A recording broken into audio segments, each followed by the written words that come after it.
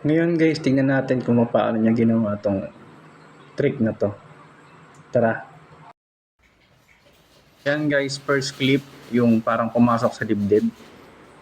Then second clip niya, yung nakasuot na ng buo. Ganun din, stop lang sa pumasok sa dibdib. Yan, cut nyo lang yan guys. Then third clip, yung mga damit na naka-remove background. Isa-isa.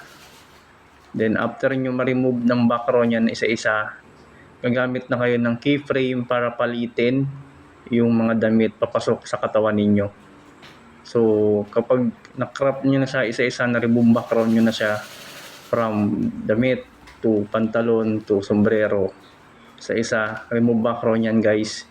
Madali lang yan, makikita nyo naman dyan. Tapos kailangan malinis yung pagkaka-remove background nyo. So kapag